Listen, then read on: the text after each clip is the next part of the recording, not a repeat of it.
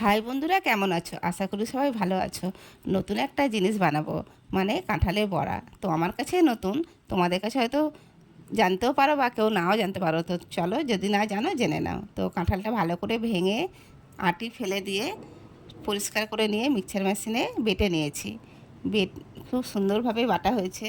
নিয়ে এক বাটি আটা দিয়েছি, এক বাটি চালের গুঁড়ো, এক বাটি সুজি, আর মৌরি মৌরি আছে, খাবার সোডা, নুন হাফ আন্দাজ মতন দিয়ে দিয়েছি।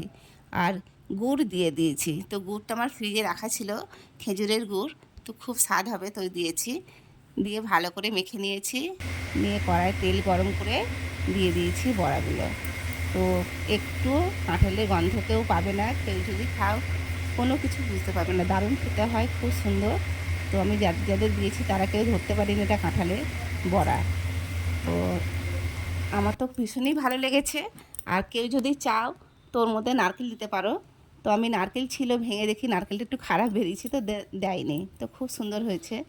তো যাই হোক বন্ধুরা, তোমরা এইভাবে বানিয়ে খেয়ে দেখো আর কমেন্ট করে জানাও। কমেন্ট করলে ভালো লাগবে। আর ভিডিওটা যদি ভালো লেগে থাকে, প্লিজ প্লিজ লাইক শেয়ার করো, কমেন্টও করো। কমেন্ট করলে ভালো লাগবে। আর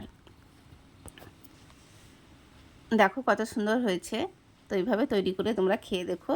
চলো বন্ধুরা, রাখলাম। টাটা, ভালো থেকো।